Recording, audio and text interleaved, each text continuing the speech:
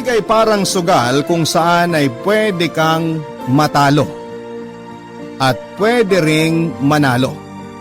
Kailangan lang talagang lakasan ang loob kung gusto mong tumaya kahit na alam mo na pwede kang maging dihado. Ikaw kapuso, naranasan mo na bang mawala ng mahal sa buhay nang dahil sa maling pagtaya mo sa laro ng tadhana?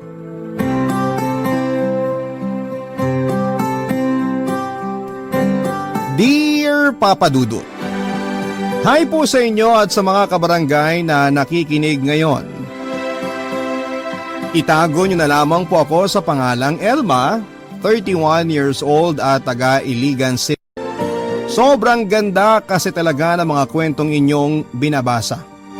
Kaya naman nag-decide ako na sumulat din para makapagbahagi ng sarili kong kwento. Maaga akong naulila sa mga magulang ko, Papa Dudut. High school pa lamang ako ay binubuhay ko na ang sarili ko sa pamamagitan ng pagtatrabaho sa mga tindahan, palengke o kung saan paman. Hanggang sa makilala ko si Aldrin at maging boyfriend ko siya. Nasa tamang edad na rin naman ako noon kaya pumayag ako na sama na kami sa isang bahay na parang mag-asawa.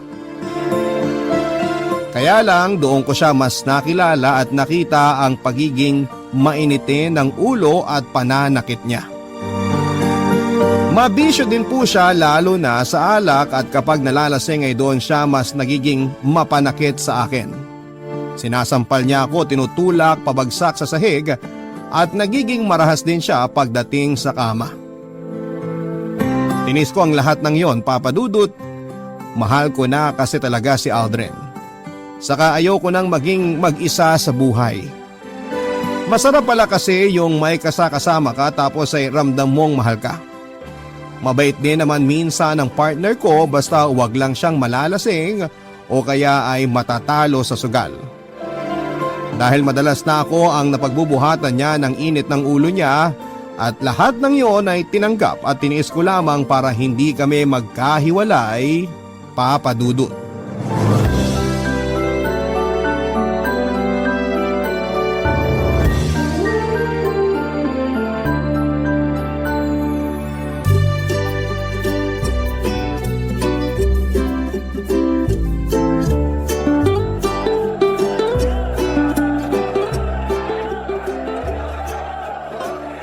Sino pa bang hindi ko nabibigyan ng ulam dito sa listahan ko? Ay, dalawa na lang pala to. Sina Henry at Patrick. Kailangan may aabot ko na sa kanila tong pagkain nila bago magsimula ang sabong. Dahil baka mas lalo ko mahirapan na mahanap sila. Nasaan na ba yung dalawang yun? Ayun! Nakita ko na si Henry. Henry! Henry! Oh, Elma! Ang aga mo yata ngayon. Oo, kasi baka maabutan ako ng pagsisimula ng sabong. Mahihirapan na naman akong iabot ang mga order niyong pagkain. Ay, oo nga pala. Muntik ko na rin makalimutan yan. Ito may kasama ng libreng sabaw yan. Oh, Basta sa katapusan ng bayad nito oo, walang problema. Halos lahat naman kayo dito sa sabungan tuwing katapusan talaga nagbabayad sa akin eh. Salamat. O paano? Mauna na ako sa'yo Kasi lilista ko pa yung mga pumusta dun sa kalabang manok ni Patrick Ay teka, nasan nga pala si Patrick? Yung pagkain na lang kasi niya ang hindi ko pa naibibigay sa kanya. Eto, diretsuhin mo lang tong daan na to. Makikita mo siya dun. Nandun din kasi banda yung mga tumataya sa manok niya. Okay, salamat. Sige, kita-kits na lang.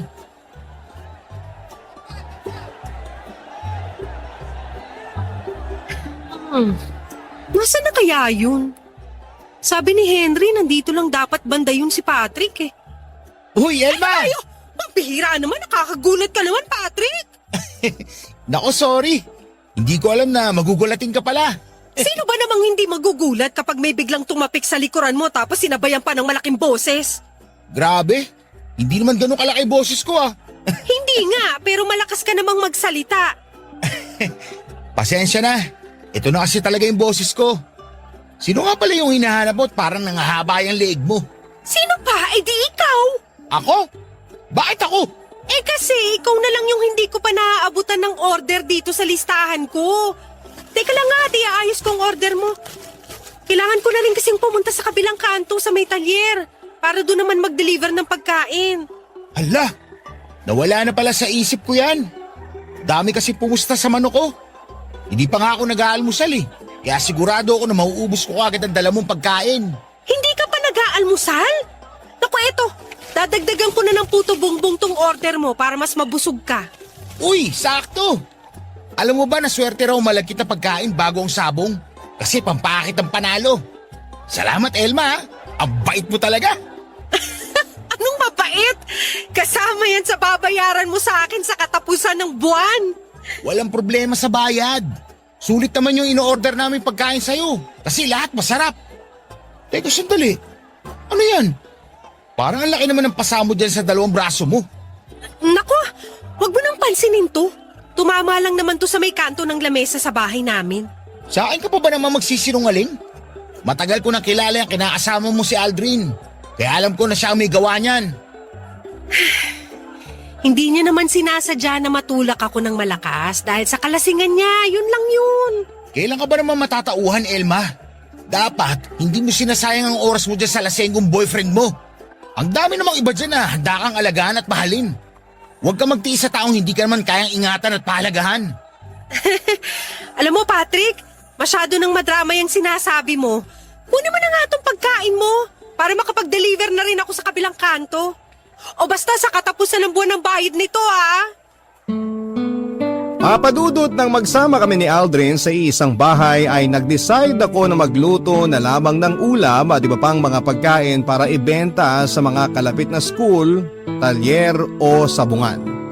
Dahil medyo madaldal akong tao ay marami kaagad ako naging suki. Nagustuhan din kasi nila ang mga tinda kong ulam na bukod sa mura na ay masarap pa. Isa nga sa mga suki ko noon ay si Patrick na madalas kong nakakausap sa mga sabungan kapag nagdi-deliver ako ng pagkain. Mabait siya at magaan kausap. Madalas din siyang nag-worry kapag nakakakita siya ng sugat o pasa sa balat ko. Matagal niya na rin kilala ang partner kong si Aldrin at alam niya ang tungkol sa pagiging lasinggero at mapanakit nito sa akin. Marami rin kasi kaming kapitbahay na nakakarinig kapag sinasaktan ako ni Aldrin, papadudot. Minsan nga ay sumusugod pa sila sa bahay dahil sa pag-aalala sa akin kapag masyado ng malakas ang ingay na ginagawa ng pananakit sa akin ng partner ko. Pinapayuhan na rin nila ako na hiwalayan na si Aldrin o kaya ay ipabarangay ito o papadudot. Pero hindi ko yon ginagawa dahil masyado ko na siyang mahal at ayoko na makulong siya. Hanggang sa mabuntis niya ako at iyon ang nakita kong pag-asa na baka magbago na ang partner ko. Kaya lang papadudot mas lalong naging malala ang pagkalangon ni Aldrin sa alak pati na ang pananakit niya sa akin. Lalo na nga nang matanggal siya sa trabaho at palagi na lamang siyang nasa bahay. Mas naging madalas ang pag-init ng ulo niya. Sa akin niya yon binubunton at talaga namang nasasaktan niya ako. At ang pananakit niya sa akin ang naging dahilan para makunan ako, papadudot. Sobrang sakit para sa isang ina ang mamatayan ng anak. Kaya yon ang nagtulak para tuluyan na akong makipaghiwalay kay Aldrin. Sa pagtatapos ng relasyon namin ay naging boyfriend ko naman si Patrick. Hindi nagtagal ay nagsama na rin kami sa iisang bahay, papadudot.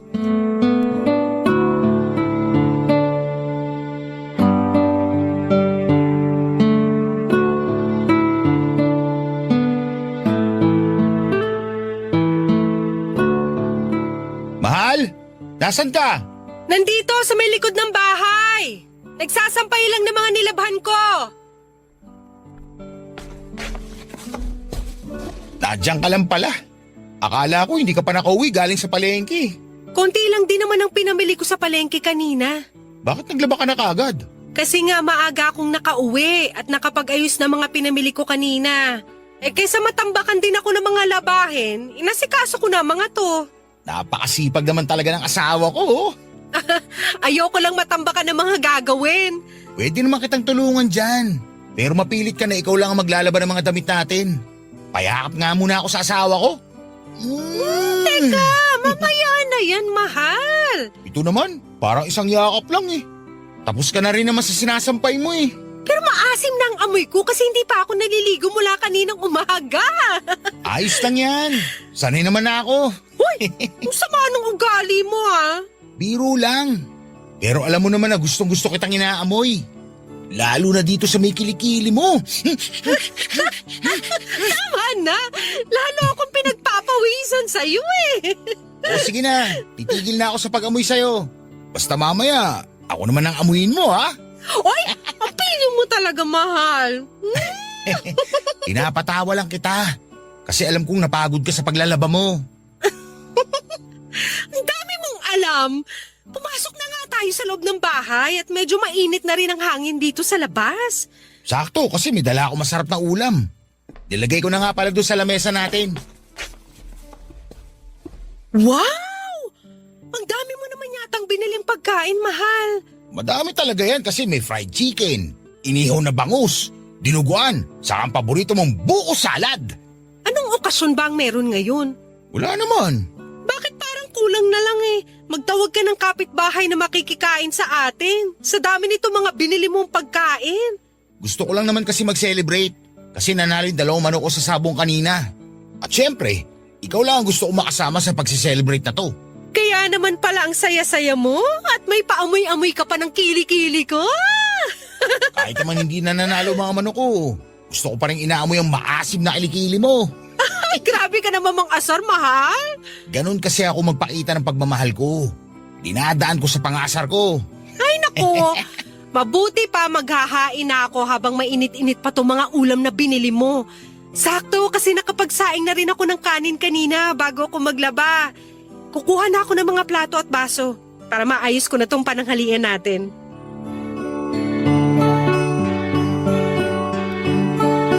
Papadudot aaminin ko na noong una ay panakipbutas ko lamang talaga si Patrick. Wala pa ngang 2 buwan nang nakakalipas mula nang maghiwalay kami ni Aldrin nang sagutin ko siya. Gusto ko lang din kasi talagang makaranas muli ng pagmamahal mula sa isang tao at ayoko lang din na mapag-isa sa buhay. Kaya kaagad din akong pumayag na magsama kami sa isang bahay, Papa Dudut. Hindi naman ako nagsisi dahil napakabait na tao talaga ni Patrick. Napakalayo niya sa ex-partner ko na si Aldrin at sa aming dalawa ni Patrick, siya talaga ang mas malambing at maasikaso. Kaya hindi nagtagal ay naramdaman ko na rin ang totoong pagmamahal para sa kanya. Ni minsan kasi ay hindi niya ako sinigawan o sinaktan. Wala siyang ibang pinaparamdam sa akin kung hindi puro pagmamahal lamang. Ang naisip ko nga noon kaya siguro ako binigyan ng Diyos ng pagsubok nang makunan ako ng dahil sa ex-partner kong si Aldrin ay para mas mabigyan ng daan ng kwento namin ni Patrick, Papa Dudut. Barangay Love Stories. Barangay Love Stories. Alaga na ginagawa ni Patrick sa mga manok niya. Hindi ko alam na grabe niya palang gastosan ang mga pagkain at vitamins na para sa mga yon. May trainer pa ang mga manok niya para mas maging matapang daw pagdating sa pakikipaglaban sa sabungan. At kinakausap niya rin ang mga yon na parang tao at palagi niya akong binibilinan na huwag gugutumin ang mga alaga niyang manok. Nakakatawang isipin pero parang mga anak na rin ang turing niya sa mga manok niya, Papa Dudut. Noong una wala naman akong nakikitang problema dahil bukod sa mga manok niya at sabong ay wala na siyang ibang bisyo. Nakwento niya rin, Papa Dudut, na minana niya ang pagiging mahilig sa manok o sabong sa namatay niyang tatay at lolo. Kinalakhan na raw niya ang pag-aalaga sa mga ito kaya hindi niya na rin nabitawan pa. Nagumpisa siya sa pag-aalaga ng sisiw at pagtaya ng maliliit na halaga sa mga sabong. Hanggang sa siya na mismo ang nagtayo ng sarili niyang breeding farm ng mga manok na pangsabong.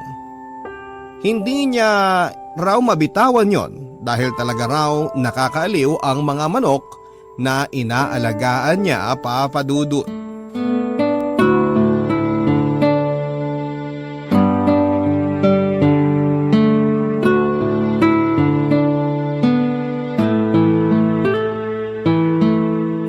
naman pare. Mukhang triple yata malas mo ngayong araw ah. Oo nga eh. Sa 4 na manok ko, isa lang ang nanalo. Ano ba kasing nangyari sa mga alaga mo? Mga brusko naman, tsaka mukhang liyamado. Pero natalo ng payat at dehado ng mga manok. Ano nangyari? Hindi ko rin alam, Henry. Mukha naman silang nasa kondisyon mula kagabi. Pero parang nanamlay kaninang umaga. May ganyan talaga mga manok pare. Akala mo nasa kondisyon na pero hindi pala. Alam mo, magandang ipasok yan sa nirarakit ko ngayon. Ha? Anong racket yan? At parang hindi ko yata alam. Confidential kasi tong racket ko na to pare. Pero dahil magkaibigan naman tayo, isishare ko na rin sa'yo. Malaking pera ba yan? Oo. Malaki kung malaki talaga. Kaya nga nakabili ko ng 2 tricycle na pinababoundary ko ngayon sa kapitbahay namin. Madali lang to Patrick. Ang kailangan mo lang gawin, ipanlaban mo yung mga mukhang liyamado mo na manok pero wala talaga sa kondisyon. Ha? Teka, hindi ko masyado maintindihan. Ipaliwanag mo nga na mabuti, Henry. Di ba may mga manok ka na mukhang brusko? Yung mga mabalahibo pero hindi naman talaga malaki? Oo, yung mga manok ko na mukhang malaki pero mahina pa dahil kulang pa sa vitamins kaya hindi ko pinanlalaban. Yun yung mga manok na kailangan ko. Kahit nga yung mga panabong mo na nag-retire na mga malapit nang mamatay, pwede yun. Ang gagawin lang natin dyan pare, ipananabong mo yung mga yon. Tapos sasabihin ko sa mga big boss ko na mahina yung manok na ipanlalaban mo. Kaya dun sila pupusta sa kalaban. Kapag nanalo sila, may 10% kagad ako ron. Tapos ibabalato ko naman sa iyo yung 5%. Malaking pera na yon pare. Teka, hindi ba pandaraya naman yung racket na sinasabi mo, Henry? Parang ganun na nga. Pero malaking pera naman ang pinag-uusapan natin dito. Piruin mo sa isang tao pa lang, kikita ka na ng 30,000. Hackpipe pa lang yun o dun sa sabungan natin sa plaza. Pero kapag yung sabong ginanap sa bayan, mas malaking pera ang kikitain natin dun. Pwede kang maka 100 o 300,000 sa isang dehadong manok lang na ilalaban mo. Naku Henry, ayoko ng ganyan. Malaking gulo kasi kapag nagkahulihan. Wala namang magkakahulihan kung walang manlalaglag. Subukan mo lang kahit isang beses pare. Sinasabi ko na sa'yo, hindi lang triple ang perang babalik sa'yo. Hindi na talaga pare. Salamat na lang. Oh, kayo palang dalawa yung naririnig kong nag-uusap dyan sa may bakuran. Akala ko kung sino na. Kumusta Elma? Sorry medyo napakwento ako dito sa pare ko. Pasensya ka na. Pero paalis na rin naman ako. Patrick, yung pinag-usapan nating racket pag-isipan mo. Una na ako sa inyo. Sige. Bahala na. Ingat ka pare. Halika na sa loob ng bahay, mahal. Gusto ko na rin kasi magkape.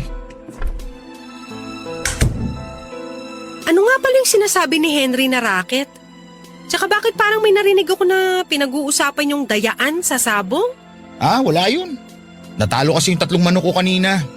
Kaya binenta ko na lang doon sa may nagkakatay ng manok.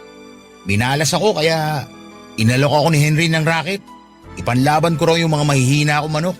Tapos yung mga big time na kilala ni Henry, doon niya daw papupustahin sa kalaban para manalo sila. Pero may malaking balato naman daw ako kapag dihadong manok yung ipinanlaban ko. Nakakatakot naman yung inaalok na racket ni Henry. Naku Patrick, wag kang sasama sa ganyang racket ha.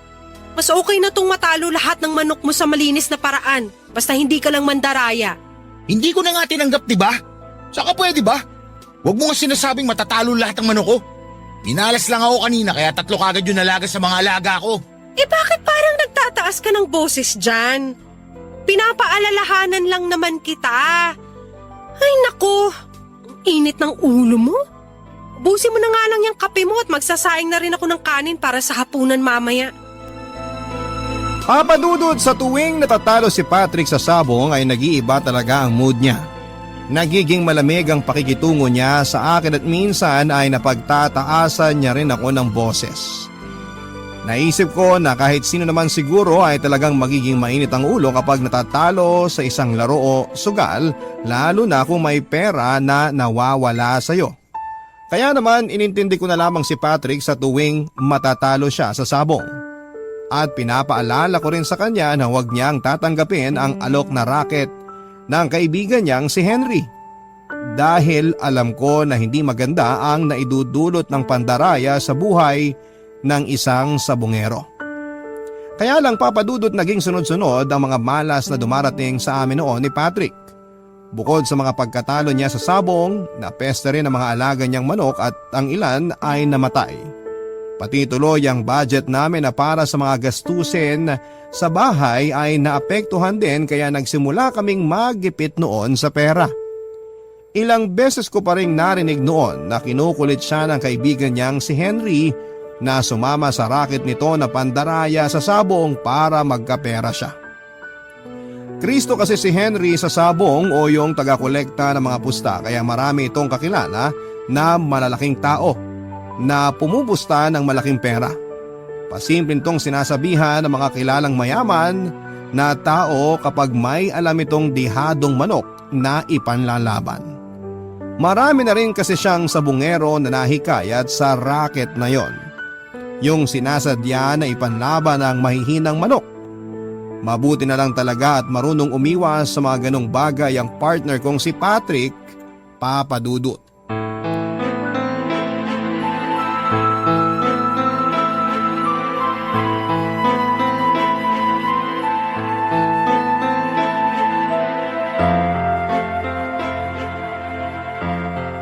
Elma? Elma! Pakibuksan mo naman tong pinto! Sandali lang! Anong meron at napasyal ka ng ganitong oras? Teka, ano nangyari sa inyong dalawa ni Patrick? Bakit puro basa at sugat ang mukha niyo? Nagkagulo kasi sa may sabungan kanina eh. Ano? Eh bakit mas maraming sugat to si Patrick? Hindi naman palaway tong asawa ko. Umawat tong asawa mo, nadamay tuloy. Umawat lang pala si Patrick. Eh bakit parang siya yung nabugbog ng mga tao dun sa sabungan? Mahal, mamaya ka na magtanong. Alalayan mo muna ako maglakad kasi medyo nahihirapan ako tumayo dito sa harap ng bahay. Oo nga naman, Elma. Alalayan mo na tong asawa mo. Oh, sige. Aalalayan ko siya dito sa kabilang braso niya. Alalay lang, dahan-dahan. Pare, ingat sa paglalakad. Alalay lang, Elma ha. Oh, dahan-dahan sa pag-upo dito sa sofa ha, mahal. Ayan, salamat. O teka, kukuha muna ako ng alkohol at bulak para malinisan yung sugat mo. O paano pare? Uuwi na rin ako ha. Baka nag-aalala na rin yung misis ko eh kasi kanina pa ako wala sa bahay namin. Dapat kanina pa ako nakauwi. Sige, ingat ka. Salamat sa paghatid sa akin dito sa bahay ah. Wala yun pare. O paano Elma? Ikaw nang bahala dyan sa kaibigan ko ha. Alis na ako. Okay, ingat ka. Grabe, ang sakit itong tagiliran at magkabilang hita ako. Ito talagang napuruan sa akin kanina eh. Lilinisan ko na ng bulak at alkohol tong sugat mo sa pisngi ha, mahal. Aray! Daan-daan, mahal. Ang sakit eh. Hindi ko pa nga masyadong nadadampi tong bulak eh. Sorry, alam mo naman na mahina ang pain tolerance ko eh. Bakit ka ba kasi nakipag-away? Kung alam mo naman na madali ka masaktan at magkasugat. Hindi nga ako nakipag-away. Nadamay lang ako sa gulo nila. Nakiawat lang talaga ako kanina. Ano bang gulo yung sinasabi ni Henry? Eh kasi, yung isang kasama ni Henry na Cristo rin, nahuling nagbibigay ng tip doon sa isang pupusta. Sinabi niya na mahina ang manok ni Kaloy at doon pumusta sa manok ni Vincent. Ayun, may nakarinig at pinaamin siya na may sabuatang naganap. Maraming nakaalam hanggang sa nagkagulo na. Umawat lang ako nung makita kong kinukuyog yung mga Kristo sa sabungan. Pero sa akin naman nila ibinunton yung galit nila. Kaya eto, medyo nabanatan ako. Ay nako, ayun na nga bang sinasabi ko. Wala talaga may dudulot na mabuti yung pandaraya na yan eh. Mabuti nga't hindi nilaglag ni Arman yung mga kasama niyang Kristong ng daya rin. Mas malaking gulo yun kapag nagkataon. Alam mo mahal, parang napapadalas na yata ang away dyan sa sabungan nyo. Di ba nung nakaraang buwan lang, may muntik na magsaksakan kasi dinaya raw ng referee yung isang mananabong? Tapos ngayon naman, yung mga Kristo ng sabungan na nagkakagulo. Nagkakaroon lang naman ng problema kapag may dayaang nangyayari. Pero hindi naman mawawala ang mandaraya sa mga ganyang sugal o sabong. Lalo na't nagkalat ang mga gahaman na tao. Mahal, baka naman pwedeng itigil mo na yung pagsasabong mo kasi parang gumugulo lang ang buhay natin dyan eh. Alam mo namang hindi madali para sa akin na bitiwan to. Lalo na't minana ko pa to sa lolo tatay ko. Huwag ka mag-alala. Iiwas na lang ako sa mga ganong klaseng gulo. At pangako ko sa'yo, hindi ko talaga gagawin ng mandaya para hindi ako madamay sa kanila. Papadudot na realize ko na sa isang relasyon ay hindi po pwedeng yung puro pagmamahal lamang ang umiiral o nangingibabaw. Lalo na nga kung nagsasama na sa isang bahay ang dalawang tao na magkarelasyon. Maraming bagay ang dapat na isaalang-alang at pagtuunan ng pansin. Kasi totoo naman yung sinasabi ng iba na hindi tayo mapapakain at mabubuhay ng puro pagmamahal lamang. Kailangan na kumayod tayo, magtrabaho o maghanap ng kung anumang pagkakakitaan kung gusto talaga nating tumatag ang isang relasyon. Nakita ko naman yon sa partner kong si Patrick. Kagaya ng nabanggit ko kanina, bukod sa bisyo niya na pagsasabong ay wala na akong iba pang marireklamo sa ugali niya dahil ni isang beses ay hindi niya ako sinaktan, papadudot.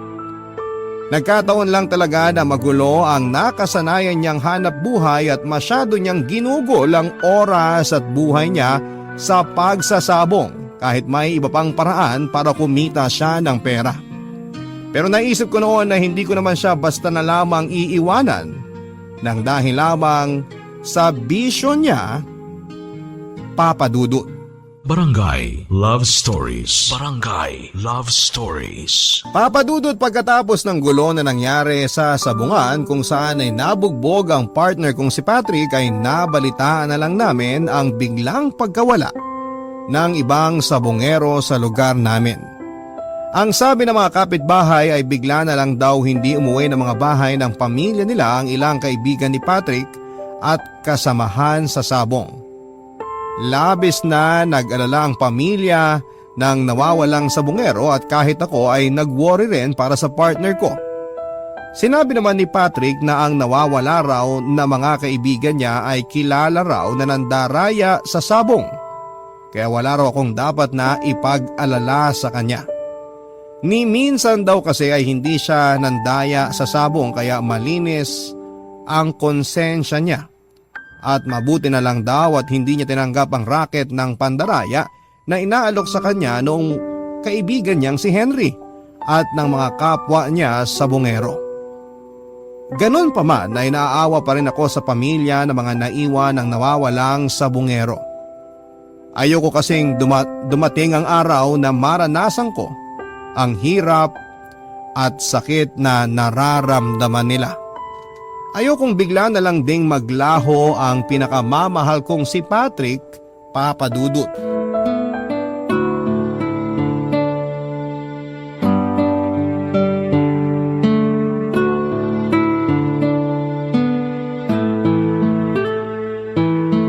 Mahal! Mahal! May maganda akong balita! Ano yon? At parang masyado ka namang excited dyan. Tingnan mo nga oh, pinagpapawisan niyang leeg mo. Tumakbo ka ba pauwi dito sa bahay? Oo! Doon kasi tumigil sa may kabilang kanto yung jeep na sinakyan ko. Kaya tumakbo na lang ako pauwi dito. Bakit mo naman ginawa yun? Kasi nga, excited na akong sabihin sa'yo itong good news na tinutukoy ko. Ano ba kasi yon? Sabihin mo na nga. Naalala mo yung kinuwento ko sa'yo na pinsan ko na may-ari ng malaking grocery sa kabilang bayan? Oo, bakit? Nakausap ko na kasi siya at ang sabi niya, kapag tinuloy ko ang plano kong pagnenegosyo ng mga karne ng manok at baboy, kukontratahin niya raw ako na mag-deliver sa kanya.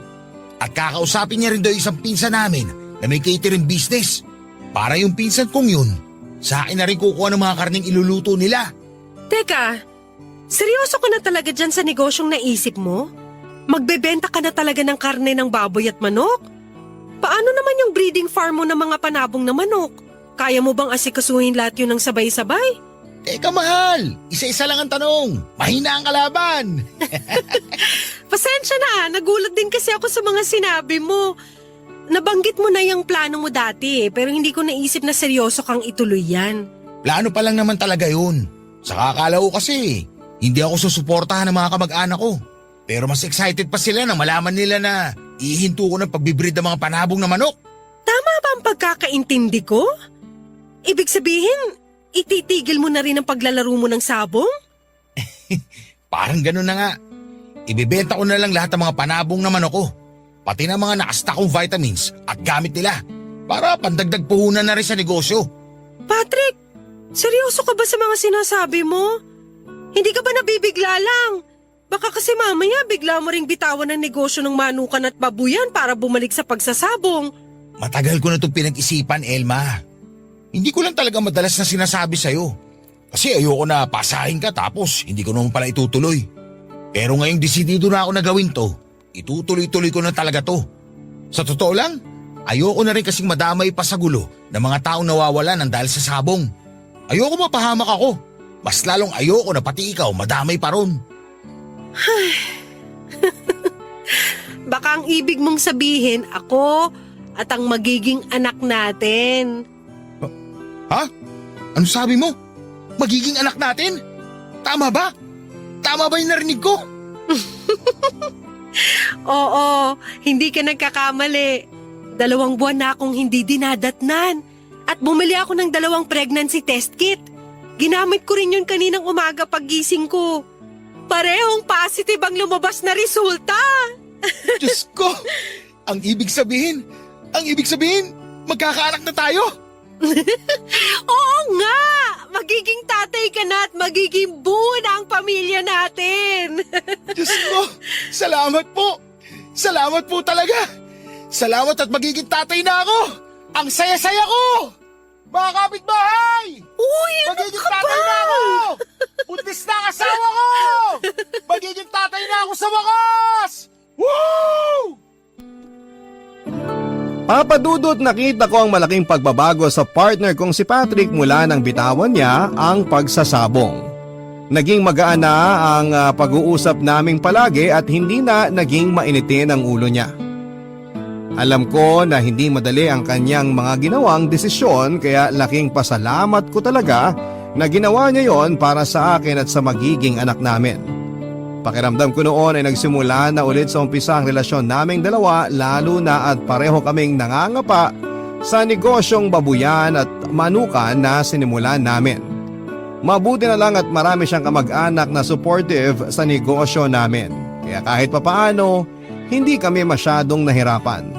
Pareho rin kaming excited talaga sa magiging anak namin, Papa Dudut.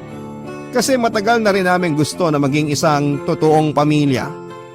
Kaya kaagad na rin kaming nagpakasal sa Huwes ng taon na yon. Pagkatapos, inasikaso na namin ang lahat ng para sa magiging anak namin. Check up ko, vitamins at mga gamit ni baby kahit nasa tiyan ko pa lamang siya. Pareho rin kaming nagpakasipag sa negosyo para na rin sa future namin bilang isang masayang pamilya kasama ang aming anak, Papa Dudut.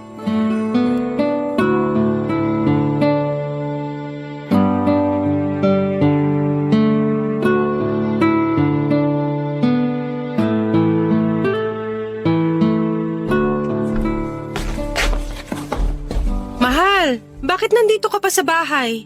Pinagluto kasi kita ng paborito mong sinaing na tulingan. Hindi mo naman na kailangan gawin yan kasi kaya ko naman magluto. Ayaw mo kasi samahan kita kanina na mag-deliver ng niluto mong biko doon sa umorder sa'yo. Kaya naisipan ko na lang na magluto para sabay tayong kumain ng tanghalian. Hindi kita pinasama kasi nga kailangan mo maglinis kanina ng mga kulungan ng alaga nating baboy at manok. Teka, dito ka ba sa bahay magtatanghalian at naghahain ka na dyan sa lamesa natin? Oo, saan ba dapat? Kasi 'di ba fiesta dun sa bayan ngayon? Narinig ko na niyaya ka ng pinsan mo na makifiesta dun. Nako, hindi na ako pupunta kasi baka mahirapan ka lang sa biyahe kung isasama kita.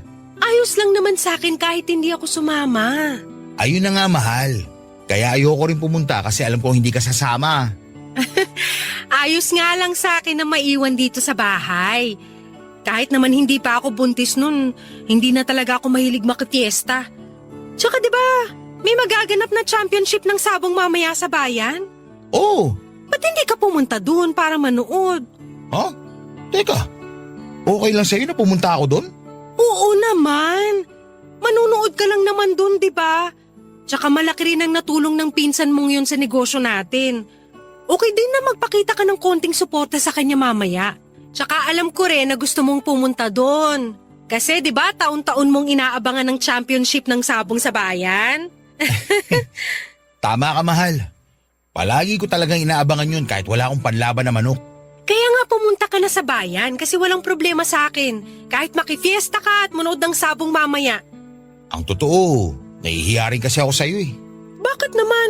Baka kasi isipin mo na hindi ko kinokontrol ang sarili ko pagdating sa sabong. Baka pag-isipan mo ako na bigla na lang akong bumalik sa bisyo ko na yun. Walang ganun, mahal. Sabi ko naman, di ba, na malaki ang tiwala ko sa'yo. Nagpapasalamat nga ako kasi nagawa mo talagang bitawan ng pagsasabong para sa akin at sa magiging anak natin. Gusto ko na rin kasi magbagong buhay. Gusto kong maiba naman yung kwento ng buhay natin. Pagsasabong na yung kinabubuhay namin.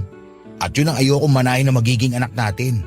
Kaya tutuparin ko talaga yung pangako ko sa'yo na hindi na ako babalik pa sa bisyo kong pagsasabong. At naniniwala ako na magagawa mo yun, mahal. Ikaw pa ba? Ang laki kaya ng tiwala at bilib ko sa'yo. Kaya nga mahal na mahal kita eh. At mahal na mahal din kita. Kayo na magiging anak natin. Pero mahal, okay lang ba talaga na pumunta ako ng bayan at manood ng championship ng sabong? Oo nga! Yun! Akala ko hindi ka papayag eh. Wala namang problema sa akin basta i-text mo na lang ako ha kung anong oras ka makakauwi mamaya. Oo, mahal. Sige, aalis na rin ako. Nakahain naman na dito sa lamesa ang kanin at ulam. Teka, hindi ka na ba magpapalit ng damit? Hindi na. Ayos na tong suot ko. Para di na rin ako magtagal. Baka mahirapan pa akong sumakay ng jeep papuntang bayan. O paano? Aalis na ako, mahal ha? Okay, ingat ka. Ay, mahal. Ano yun at bigla kang bumalik? Pakis mo na ako. I love you. I love you too. Ito namang asawa ko, manonood lang ng sabong, naglalambing pa. Hintayin mo na ako maghapunan mamaya. Kasi uuwi din naman ako kagad. Bye, mahal. I love you. Mahal na mahal kita. Mahal na mahal ko kayo na magiging anak natin. Sobra! Papadudot malaki ang tiwala ko kay Patrick kaya hindi ko talaga siya pinagbabawalan na manood ng sabong. Ayos lang ding sa akin kung tumaya siya gamit ang maliit na halaga ng pera. Alam ko naman kasi na alam niya ang limitations niya lalo na nga at magkakaanak na kami. Kaya naman hinayaan ko siya noon na makifiesta sa bayan at manood ng malaking sabong na magaganap doon. Taon-taon kasi siyang nandoon at palagi siyang masaya kapag uuwi ng bahay pagkatapos ng sabong na event na yon. Kaya ako na ang nagkumbinsi sa kanya na pumunta at makifiesta sa bayan. Hindi naman kasi talaga mabibitawan basta-basta ang bisyo, hindi ba papadudot? Kaya naman inintindi ko talaga noon si Patrick at pinaramdam ko yon sa kanya. Kasi ramdam ko na ginawa niya ang lahat para hindi masira ng bisyo niya ang relasyon naming dalawa. Kaya nga nagulat talaga ako nang mag-decide na siyang bitawan ng breeding farm niya ng manok na panabong at iba pang mga gawaing may kinalaman dito. Doon pa lamang ay alam ko nang hindi ako nagkamali ng lalaking pinili na mahalin at makasama. Kaya lang papadudot, hindi pala para sa lahat ang tuloy-tuloy na kwento ng masayang pagsasamahan at pagbubuo ng isang pamilya. Hindi ko alam kung pagsubok pa rin ba ito pero pakiramdam ko ay bigla na lamang nagtapos ang lahat. Noong araw kasing umalis si Patrick para makifiesta sa bayan at manood ng malaking event ng sabong doon ay yun din ang huling araw na nakita ko siya.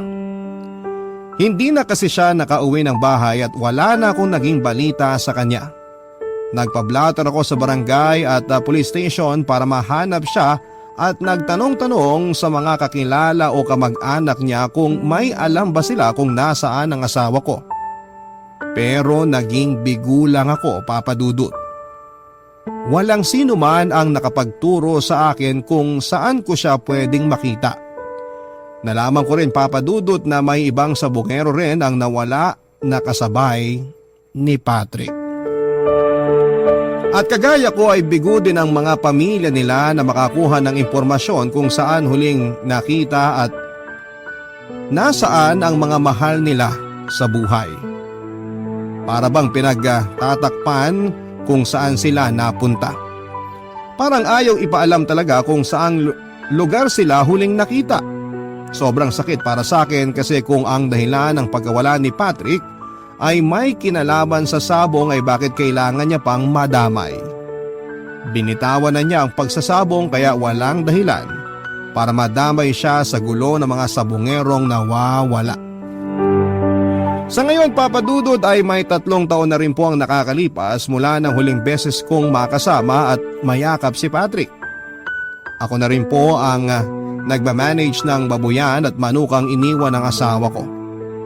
Alam kong parang imposible na pero umaasa pa rin ako na bigla na lamang siyang kakatok sa pinto ng bahay namin at sasalubungin ako ng mahigpit na yakap at mga halik. Umaasa pa rin po ako na may Patrick pa rin na babalik sa amin ng anak ko. Pero sa pagkawala ni Patrick ay doon ko mas natutunan kung paano magpakatatag at hindi umasa sa ibang tao. Kahit mag-isa ko na lamang na binubuhay ang anak namin at nagmamanage ng aming manukan at babuyan, hindi po ako susuko sa buhay at sa pag-asa na muli kaming mabubuo na isang masayang pamilya.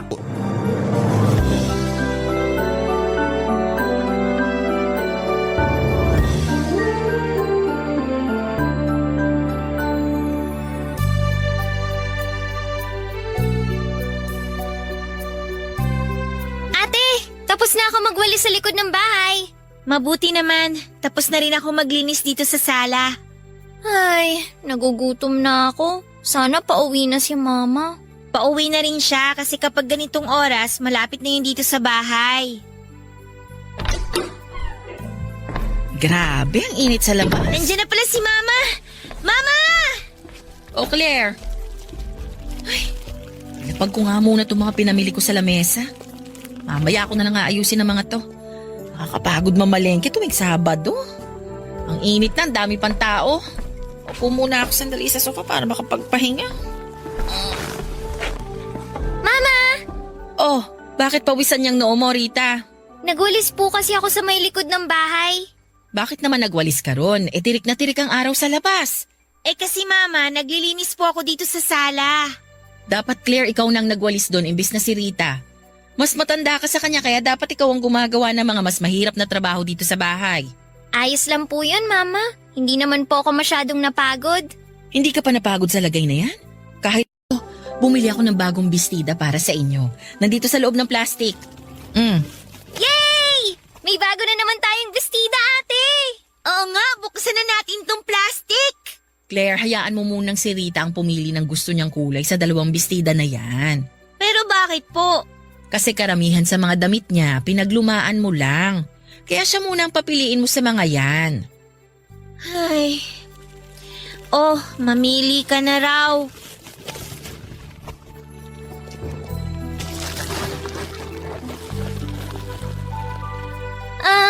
Eto na lang pink yung sa akin. Yan nga sana yung kulay na gusto ko kaysa dito sa blue eh. Ah, ganun ba? Sige, eto na lang blue yung sa akin, sa'yo na yung pink, ate. Hayaan mo na ang blue na bestida sa ate mo, Rita. Yan na lang pink ang sayo kasi alam kong paborito mong kulay yan. Pero okay lang naman po sa akin kahit tong blue na lang na bestida, Mama. Huwag nang makulit at kunin mo na tong kulay pink, Rita. Iniisip ko talaga na yan ang pipiliin mo kasi paborito mo yan. Claire, yung blue na bestida ang sayo. Kunin mo na at pagkatapos, dalhin mo na rin sa kusina yung mga pinamili kong gulay. At hugasan mo na rin. Magpapahinga lang ako ng konti tapos magluluto na ako ng tanghalian natin. Okay po, Mama. Papa Dudut, mga bata pa lamang kami ay sakitin at may hika na ang kapatid kong si Rita. Yun ang sinasabi ni Mama na dahilan kung bakit madalas na nasa kanya ang atensyon nito. Pero para sa akin ay paborito lang talaga ni Mama si Rita. Siya kasi ang palagi nitong pinapaboran at inaalagaan. Minsan tuloy ay naisip ko na sana ako na lamang ang mas naging sakitan at baka sakali na makuha ko ang atensyon at pagmamahal ni Mama. Baka sakali na ako ang maging paborito niya. Hindi lang kasi madalas na mangyari na si Rita ang pinapaboran ni Mama, palagi po yung nangyayari, Papa Dudut. Gusto ni Mama na si Rita ang unang mamimili sa mga pasalubong niya. Si Rita ang unang kukuha ng part ng chicken kapag nagluto si Mama ng fried chicken. Si Rita ang tatanungin ni Mama sa flavor ng ice cream na iuwi niya at kung ano-ano pa na si Rita lang palagi ang nakikinabang. Sana talaga ako na lamang ang naging sakitin para ako na lamang din ang naging paborito ni Mama.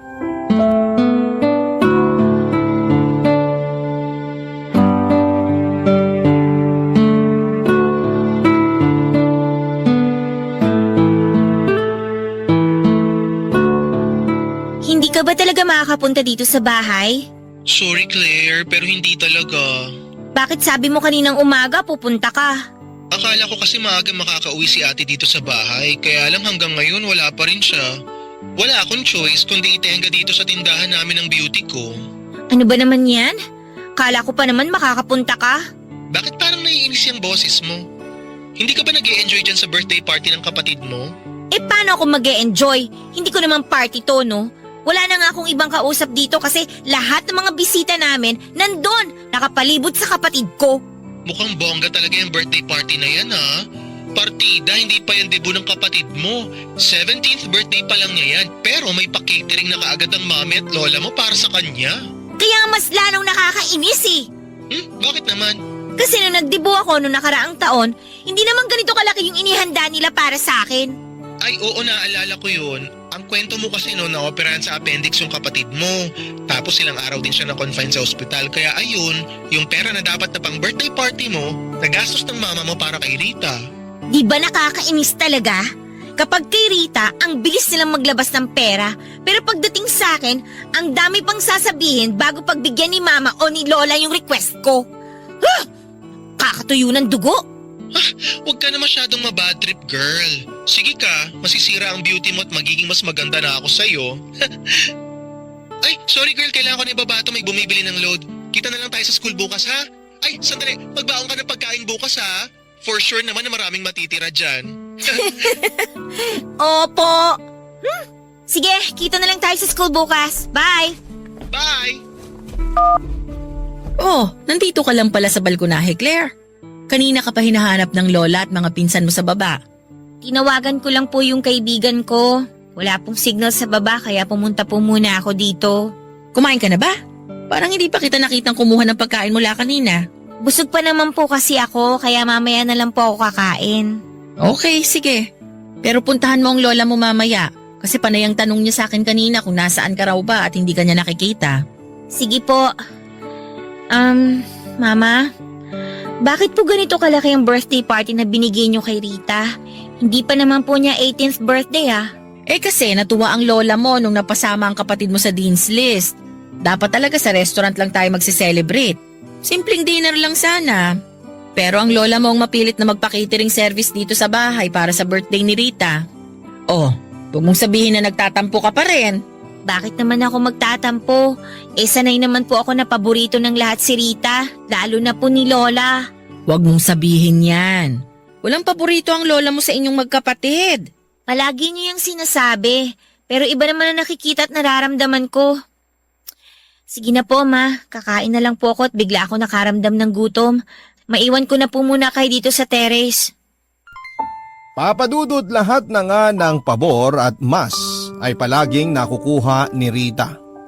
Noong nag-celebrate ako ng 18th birthday ko ay hindi kasing bongga ng sa kanya. Kahit pa nga nang graduate ako na salutatorian noong nasa elementary ako ay nagluto lamang ng pansit si mama para sa bahay. Ang dahilan niya naman noon ay hindi pa raw kami nakakabawi sa mga gastusin dahil sa pagkamatay ni Papa. Pero kahit na maraming araw o espesyal na okasyon ang dumaan para makabawi siya sa akin pero hindi niya ginawa yon. At pagdating kay Rita, ang bilis niyang magbigay ng bonggang party. Sa totoo lang papadudod ay naisip ko noon na paano kaya kung wala na lamang akong kapatid. Paano kung nag-iisang anak na lamang ako? Paano kung si Rita na lamang ang nawala at hindi si Papa? Siguro'y sobrang saya ng buhay ko kapag nagkataon. Kasi alam ko sa sarili ko na ako lang ang mahal at paborito ng mga magulang ko. Papadudot. Barangay Love Stories. Barangay Love Stories. Nasa third year college ako at second year naman si Rita nang magtrabaho si Mama sa abroad. May pinsan kasi siya na nakatira sa Canada at inalok siya ng trabaho na kaagad namang tinanggap ni Mama.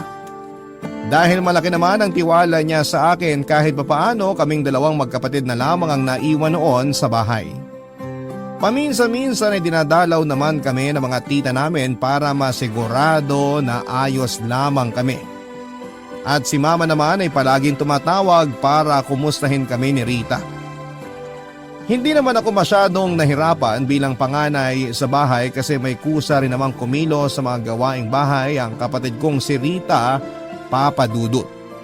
Nagtoka-toka kami ng mga gawain kung sino ang maglalaba, maglilinis ng bahay, magliligpit sa pinagkainan, magluluto at kung ano-ano pa.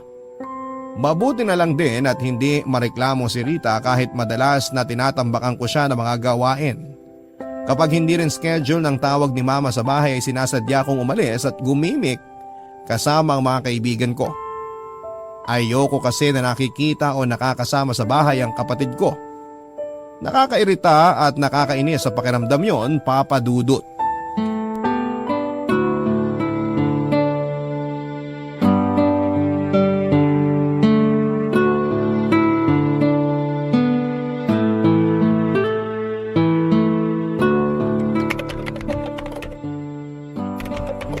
Ate, hindi pa ba tumatawag si Mama?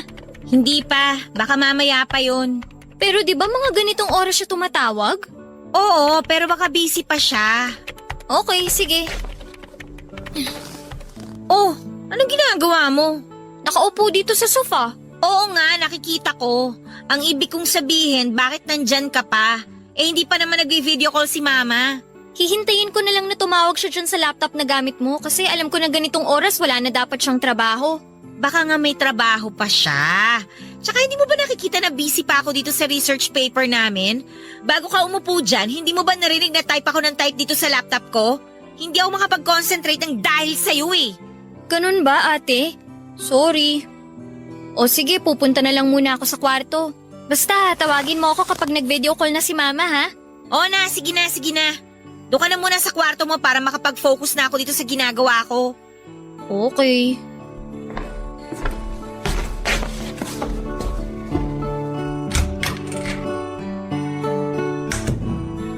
Kakairita talaga! Buisit!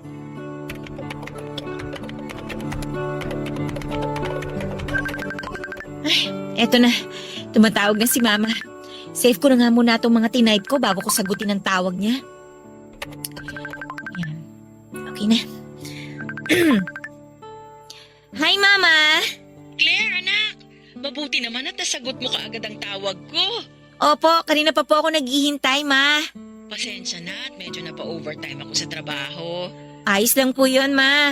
Kumusta na po kayo dyan? Eto, miss ko na kayo ng kapatid mo. Nasaan nga pala si Rita? Andun po sa kwarto niya, tulog pa. Parang napahaba yata ang siesta ng kapatid mo Alam niyo naman po yung si Rita, kapag ganitong araw ng linggo, gusto niya palagi lang magkulong sa kwarto para matulog. Oo, ang lakas kasi sa tulog ng kapatid mo, pero hindi naman tumataba. Nga pala, palagi mo bang chinecheck kung nakakainom siya ng vitamins niya? Opo, Ma. Yung inhaler para sa asthma niya, i-check mo rin kung may laman pa ha? Kahit hindi na madalas umatake ang asthma ng kapatid mo, kailangan mo pa rin i-check ang inhaler niya ha? Okay po. Magde-deposit nga pala ako sa bank account mo bukas para sa pambayad ng bills dyan sa bahay. Saka para may budget kayo pang grocery. Palagi kang bumili ng prutas sa gulay para sa kapatid mo, okay? Opo, Ma. O, kumusta nga palang pag-aaral mo? Hindi ka ba nahihirapan sa schedule mo? Lalo na ikaw ang nag-grocery at nagbabayad ng bills. Hindi naman po ako nahihirapan, Ma. Kasi yung cable, yung internet, yung kuryente, tsaka tubig, online ko na po binabayaran. Kaya hindi na po kailangan na pumila ng matagal. Tsaka, okay naman din po ang grades ko at pasok pa rin po ako sa scholarship. Alam niyo po, Ma, nakakuha pala ako ng mataas na... Ate Claire, si Mama na ba yung ka-video call mo? Uy, gising na pala ang kapatid mo! Si Mama nga! Hello, Mama! Kumusta po kayo? Kanina ko pa po hinihintay ang tawag niyo. Pasensya na kasi napa-overtime ako sa trabaho. Kumusta ka na, Rita? Palagi ka bang umiinom ng vitamins mo? Opo, Mama. Naka-alarm po yun sa cellphone ko para hindi ko makalimutan. Mabuti naman. Huwag kang masyadong magpapagod dyan sa bahay, okay? Hindi maganda para sa katawan mo kapag napapagod ka o pinagpapawisan. Alam ko po yun, pero tumutulong pa rin ako kay Ate Claire sa paglilinis dito sa bahay. Ayoko po kasing itambak sa kanya ang lahat ng mga gawain. Naku, napakabait naman talaga ng bunso ko.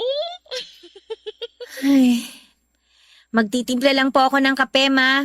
Kayo na lang po muna ni Rita ang mag-usap. Iwan ko po muna kayong dalawa, ha. Pupunta lang po ako sa kusina. Papadudod sa tuwing tatawag si Mama sa bahay ay unang-una niyang kukumustahin ang kapatid kong si Rita. Kung maayos raw ba ang pakiramdam nito, kung nakakainom ba ng vitamins palagi, kung hindi ba raw ubos ang laman ng inhaler para sa hika ni Rita at kung ano-ano pang mga bagay.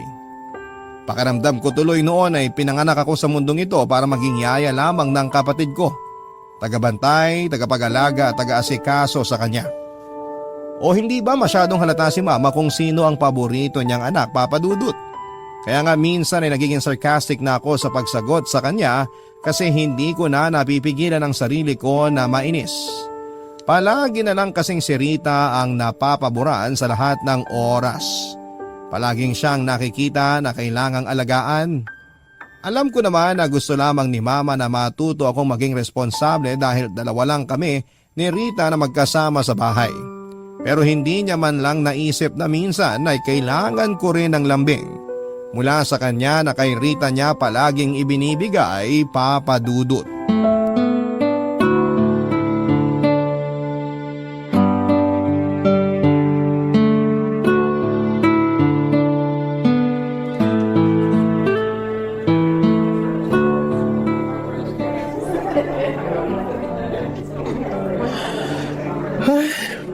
Ang tagal naman magsimula ng stage play. May 8 minutes pa naman, kaya mag-chill lang muna tayo. Mabuti na lang mukhang konti lang ang manonood ngayon. Kaya ganitong oras kita niyaya para hindi tayo sumabay sa ibang estudyante. Nakita ko kasi kahapon na sobrang daming nanood dito nung bandang tanghali na. If I know, yung engineering student lang naman ang gusto nilang mapanood sa stage play na to. Bakit mo naman nasabi yan? Wala lang. Feeling ko lang kasi ang gwapo-gwapo niya. Ayun. Kala ko naman gusto mo rin ang kwento ng stage play na to kaya ka manonood. Yun pala, type mo lang yung estudyante na kasama sa cast. Eh, ganun na rin yun. Sinamahan talaga kita dito para mag-enjoy ako at kiligin na rin. Ewan ko sa'yo. Teka, bakit nga pala hindi mo sinama si Rita? Bakit ko naman siya isasama? Para kasama mo rin siyang manood. Kasi di ba mahilig din siya sa mga musical stage play? Oo nga, pero hindi naman ako mag-e-enjoy pagkasama ko siya, no? Alam mo namang naiirita ako kapag malapit siya sa akin. Grabe ka naman, Claire. Kapatid mo yun. Kapatid ko siya kasi wala akong choice, no? Pero kung may choice lang ako, hihilingin ko na sana hindi na lang siya nabuhay sa mundong to. Uy, grabe ka na, girl, ah. Hindi mo naman kasi ako naiintindihan kaya ganyan ka kung makareact dyan. Ate! Ate Ay, Claire! si Rita. Ay nako, ayan na nga bang sinasabi ko. Masisira na naman ang araw ko. Nabati mo kasi. Lo, bakit ako sinisisi mo? Hello, Ate Claire! Hi, Kuya Arnold! Hi, Rita. Anong ginagawa mo dito? Mamaya pa kasi ang klase ko kaya manonood muna ako ng stage play. Buti nakita ko kayo ni Kuya Arnold. Okay lang ba na dito ako umupo sa tabi mo, ate? Bakit dito pa? Ang dami namang bakanting upuan, oh. Eh kasi gusto ko sana... Doon ka na sa kabilang side ng mga upuan. Hindi ko ma-enjoy tong stage play kung ang sikip-sikip ng paligid ko. Kaya nga ako pumunta ng ganito kaaga para wala masyadong estudyante na makasabay manood dito. Tapos mangingistorbo ka naman. Doon ka nga! Rita, mabuti pa nga na doon ka na muna umupo sa kabilang side ng auditorium. Maluwag pa naman doon, tsaka walang masyadong mga estudyante. Eh, alam mo naman tong ate mo, naiinitan ka agad kapag nasisikipan sa paligid niya. Ay, okay, sige. Doon na lang ako uupo. Girl, ang harsh mo masyado sa kapatid mo, ah. Totoo naman ang sinabi ko na marami pang bakanting upuan dito ng araw. Sana magsimula na tong stage play na to para mawala ng pagka-bad trip ko dahil sa buwisit na Rita na yan.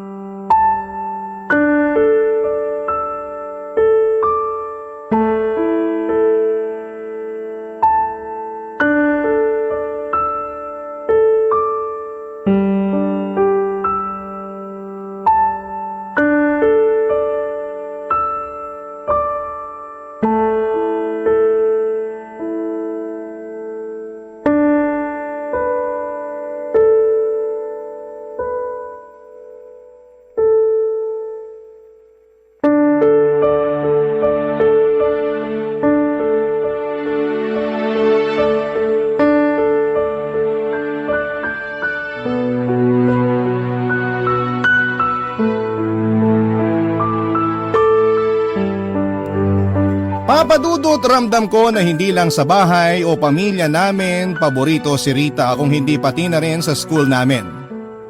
Elementary at high school pa lamang ay madalas na kaming napagkukumpara na dalawa. Kahit mas magaling at matalino talaga ako pagdating sa academics ay si Rita pa rin ang mas napapansin nila kesa sa akin. Mas matangkad, mas payat, mas makinis ang kutis at lahat na yata ng magandang bagay ay lamang siya sa akin pagdating sa ibang tao. Sino ba naman ang hindi maiirita, hindi ba? Kahit saan kami makarating, yung kapatid ko lamang ang napapansin ng mga tao sa paligid namin. Siya ang mas madalas na napupuri, ang effortless nga niya na makuha ang atensyon ng ibang tao. Palagi siyang sinasabihan ng maganda, mabait pa.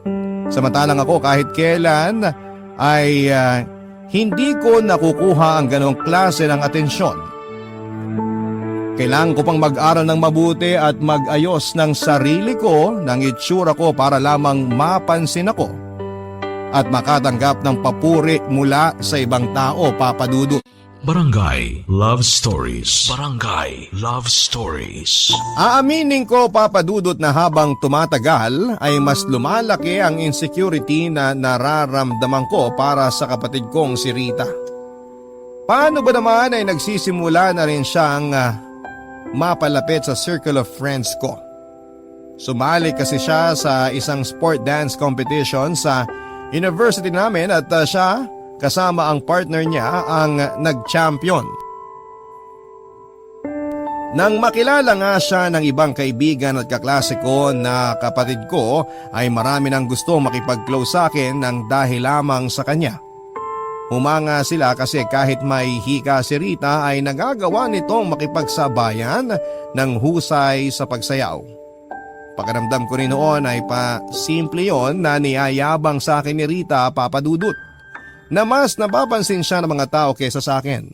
Nagpapanggap lamang siya na mabait sa harap ng iba, pati na rin sa harap ko. Alam ko naman na kagaya ko ay ayaw niya rin sa akin at ayaw niya nang may kahati dahil gusto niya siyang palaging bida sa mga kwento. Kaya nakakairita ang pagpapanggap at bait-baita na pinapakita sa akin ng kapatid ko, Papa Dudut.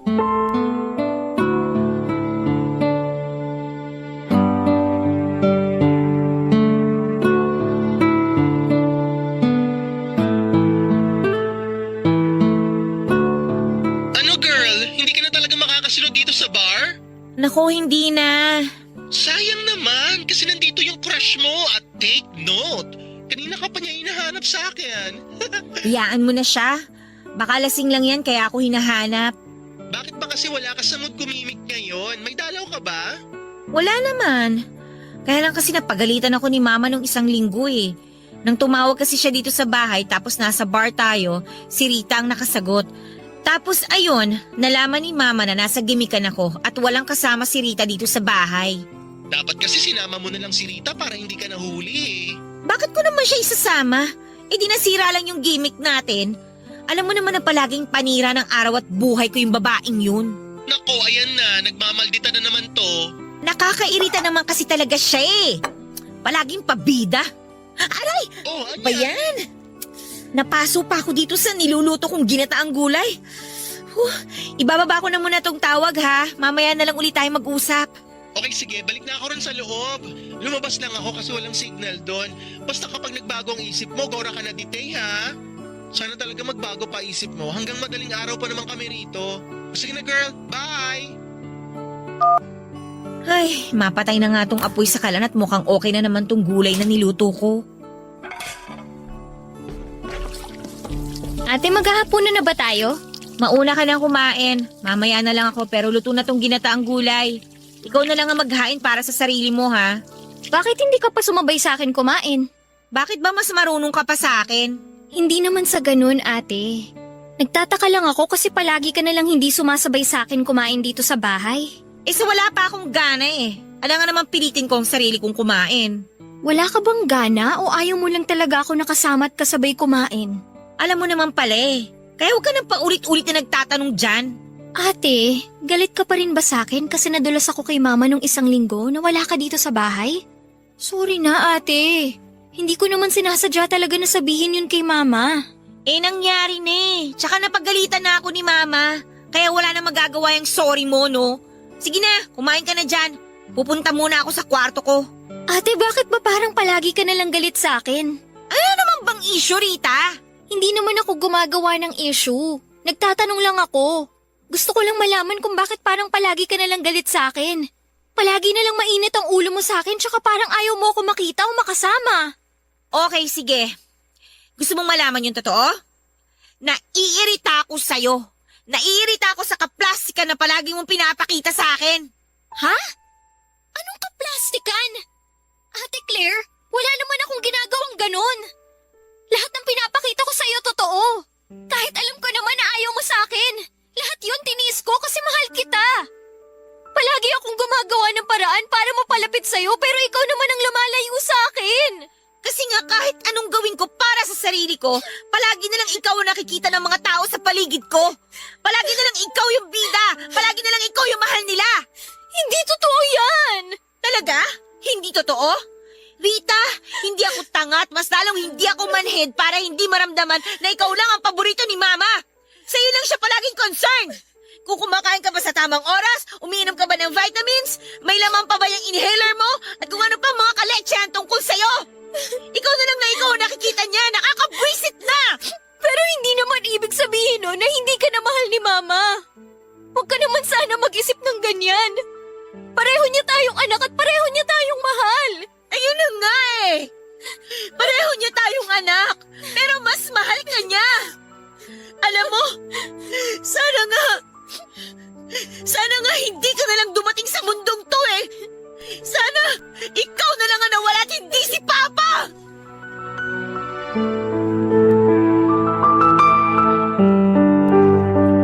Papa Dudut, hindi ko na nga napigilan ang sarili ko na sabihin lahat kay Rita ang hinanakit ko sa kanya. Ilang taon na rin kasi yung naipon dito sa dibdib ko. Mula pagkabata, nakikita at nararamdaman ko na siya ang paborito ng lahat. Siya ang paboritong anak ni Mama. Lahat ng nakikita ko, kinikimkim ko lamang at palagi kong iniisip ang bili ni Mama na mas mahina sa akin si Rita. Kaya siya ang dapat na mas alagaan. Pero nakakapuno na rin talaga, Papa Dudut. Nakakapagod ang magtiis na maging hindi paborito sa pamilya. Kaya naman pagkatapos na naging pagkatalo namin ni Rita, kaagad akong nagpalit ng damit na pang-alis at dumiretso sa bar kung nasaan sina Arnold at ang iba pang mga kaibigan ko. Mabuti na lang at bago yon ay nakatawag si Mama sa bahay kaya sigurado ako na kinabukasan na ulit siya tatawag para mangumusta. Pinatay ko ang cellphone ko at nagpakalasing ako buong gabi habang kasama ko ang mga kaibigan ko. Hanggang sa hindi ko na namalayan na umiiyak na pala ako kay Arnold. Habang sinasabi ko sa kanya ang mga sama ng loob ko tungkol sa kapatid kong si Rita. Ang bigat ng nararamdaman ko noon pero hinayaan ko lamang na umiyak ako sa piling ni Arnold. At pagkatapos ay pinayuhan niya ako na minsan ay mali na rin daw kasi ang nararamdaman ko pati na ang kinikilos ko. Hindi naman daw kasalanan ni Rita na maging mahina ang katawan niya. Hindi ginusto ni Rita na makuha ang simpatya ng mga tao sa paligid niya. Sigurado raw si Arnold na mahal ako ng kapatid kong si Rita.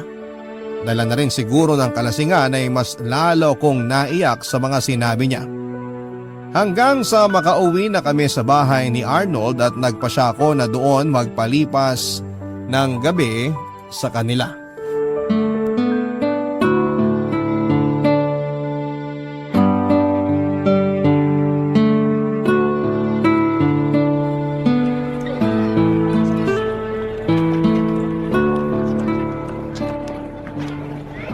Grabe, ang sakit pa rin ng ulo ko hanggang ngayon.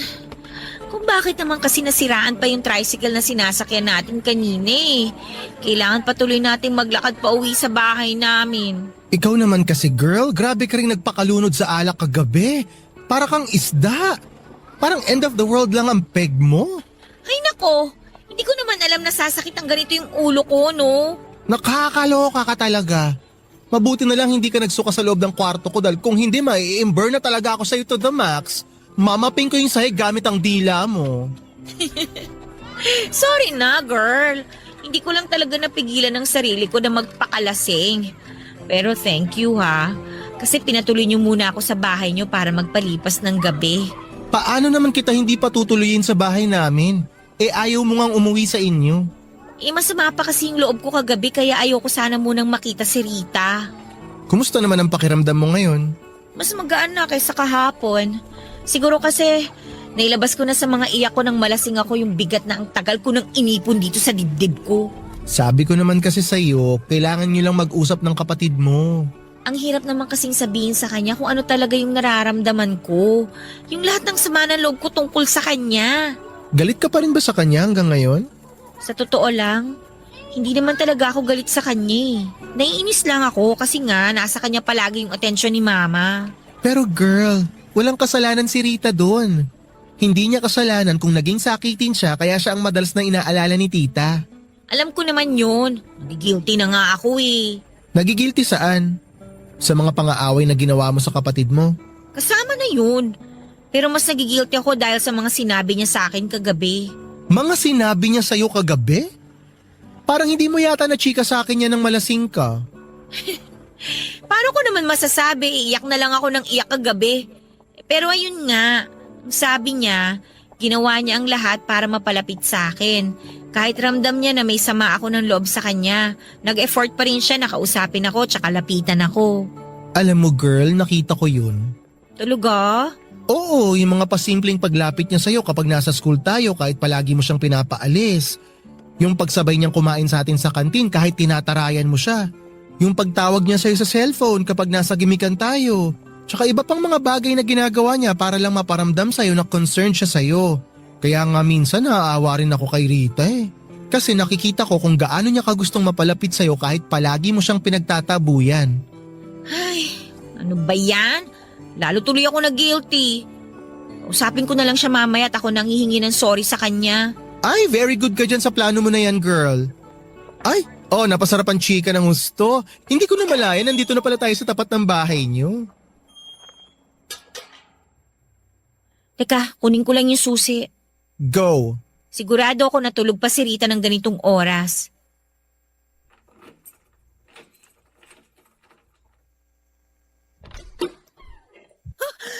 Rita! Oh my gosh, Claire! Si Rita!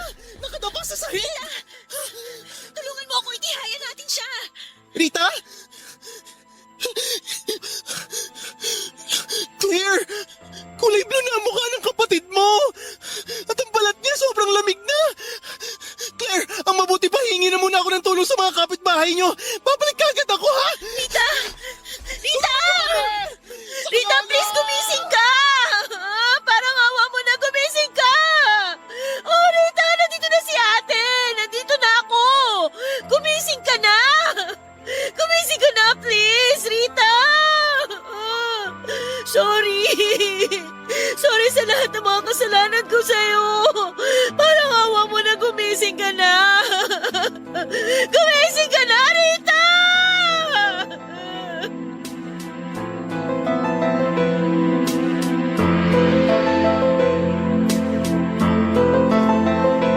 Papadudot halos manginig ang buong katawan ko nang makita ko ang mukha ni Rita na halos kulay asul na. At maramdaman kong malamig na ang balat niya tapos ay wala na ring pulso ang lieg o braso niya. Tinapik-tapik ko pa rin siya sa pisngi niya, niyugyog ang mga balikat niya at paulit-ulit akong nakiusap na gumising na siya at hindi ako naniniwala sa himala pero nang mga oras na yon ay nagmakaawa ako sa Diyos na sana'y patunayan niya sa akin na totoo ang himala at gisingin niya ang kapatid ko. Pero bigo ako dahil kagaya ng inaasahan ko nang makarating kami sa ospital, sa tulong ng mga kapitbahay namin, kaagad na sinabi ng doktor na wala ng buhay ang kapatid ko. Sobrang sakit, napakasakit para sa akin yon, Papa Dudut. Severe asthma attack, yun ang dahilan na sinabi ng doktor kung bakit binawian ng buhay ang kapatid ko. Noon ko lang nalaman na wala na palang laman ng inhaler na para sa hika niya. Kaya nang atakihin siya ng hika ng gabi na yon ay tuluyan na siyang nahirapang huminga hanggang sa bawian na siya ng buhay. Gusto ko na rin talagang panawa ng ulirat sa sobrang bigat at sakit na nararamdaman ko sa dibdib ko, pero pinilit kong magpakatatag. Lalo na nang tawagan ko si Mama para sabihin sa kanyang nangyari kay Rita. Mabuti na lamang at may kasama siya sa bahay nang tawagan ko siya para kahit papaano ay pakalmahin siya. Noon ko lang din na nakita sa cellphone na binuksan ko ang mga missed calls and chat sa akin ni Rita. Humihingi siya ng sorry sa mga naging kasalanan niya sa akin na hindi naman daw niya sinasadya. Nakiusap din siya noon na umuwi na ako sa bahay kasi natatakot daw siya na mag-isa. Sinabi niya rin sa akin sa chat na kung gaano niya ako kamahal bilang ate niya, sa kabila ng malamig na pakikitungo ko sa kanya. Labis ang pagsisisi na nararamdaman ko noon, Papa Dudut. Alam ko kasi na ako ang dahilan kung bakit nawala ang kapatid ko. Kung hindi kami nag-away at hindi ko siya iniwana na mag-isa sa bahay, ay hindi po siya mamamatay. Kaya naman na makauwi si Mama mula sa abroad, itinanggap ko lahat ng panunumbat niya nang sabihin ko sa kanya ang lahat ng nangyari sa amin ni Rita bago ang umaga na nakita kong patay ang kapatid ko. Hindi na ako masyadong kinibo ni Mama at hindi ko siya masisisi dahil sa bigat ng naging kasalanan ko sa kanya, lalo na sa kapatid ko. Nang mailibing si Rita ay bumalik na rin kaagad sa abroad si Mama para muling magtrabaho. Siguro ay parte na rin ng pag-move on niya mula sa pagkamatay ni Rita ang ginawa niyang pagtatrabaho. Kahit na hindi naman na kailangan, lalo na nang makapagtapos na ako ng kolehiyo at magkaroon ng maayos na trabaho. Minsan na lang din siyang umuwi ng Pilipinas noon at sobrang bihira niya akong puntahan dito sa apartment ko. Hindi niya rin ako madalas natawagan noon para kumustahin at kung mangyari man yon ay malamig ang boses at pakikipag-usap niya sa akin.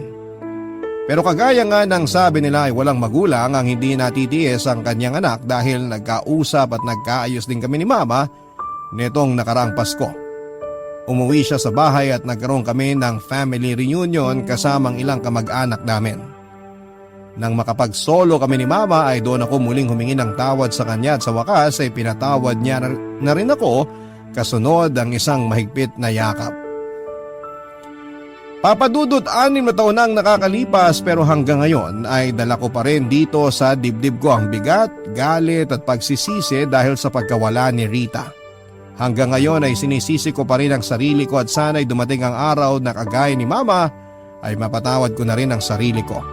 At kung totoo man na dumadalaw sa panaginip ang mga tao mahal natin sa buhay na namayapa na, sana'y dalawin po ako ni Rita at sabihin niya sa akin na pinapatawad na niya ako para masabi ko rin sa kanya kung gaano ko siya kamahal bilang ate niya. Maraming salamat po.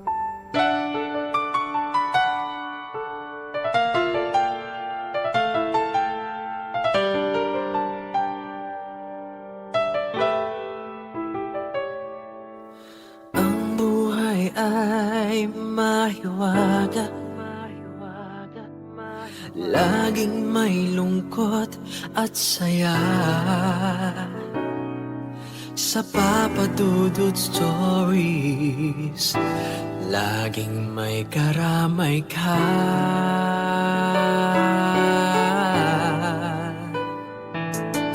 Mga problemang kaibigan, dito ay pakikinggan ka. Sa Papa Dudut Stories, kami ay iyong kasama. Dito sa Papa Dudut Stories, ikaw ay hindi nag-iisa.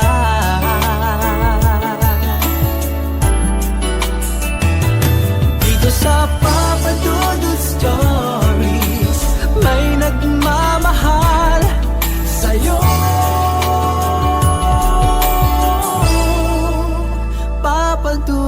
Stories. Papa Dudut Stories. Papa Dudut Stories.